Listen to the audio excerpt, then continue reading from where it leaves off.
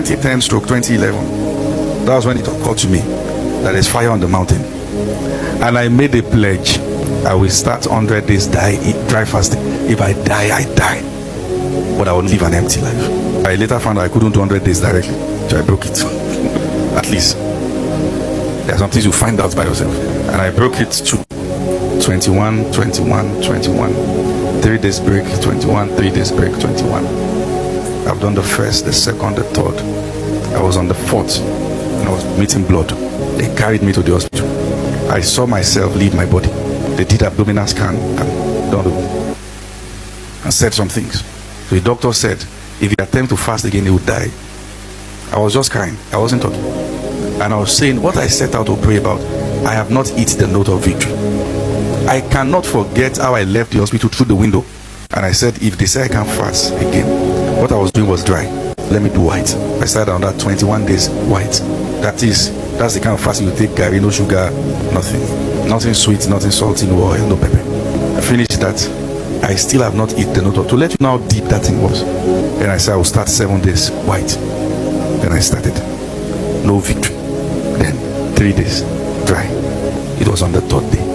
And I slept in my room and I had a vision. And I saw myself lying down. And an angel stood in the room and carried a trumpet. And showed me a man who was lying down dead in my room. I said, get up. I got up. He said, do you know that man lying down there dead? I said, no.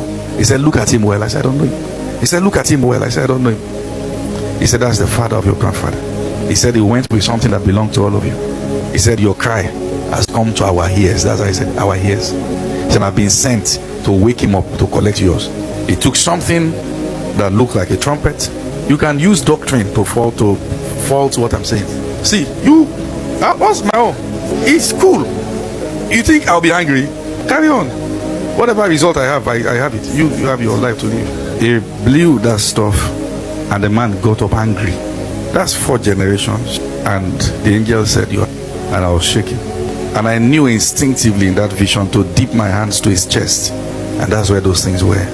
And as I put my hands there, I could tell this for this person, this for that one. I wanted to pack for everybody, go and distribute. He said, you can only pick yours.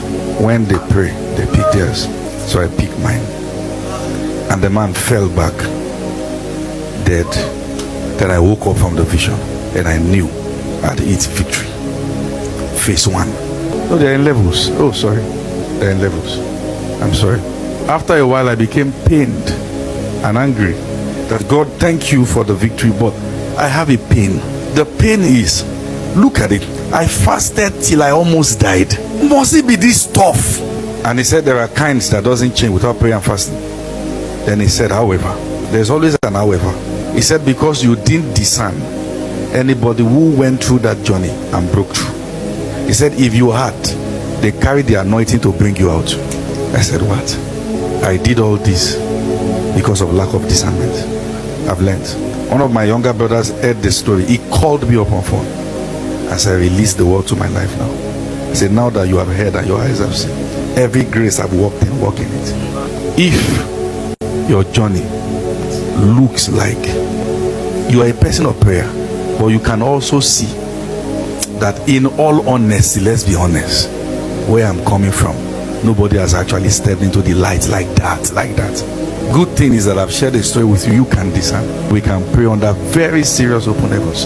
Let the children of Reuben come back and say, we may look like a cursed one, but we are going back to take our birthright. Then the word can come and change what ought to be permanent. Anywhere the word can be sent, change can be seen.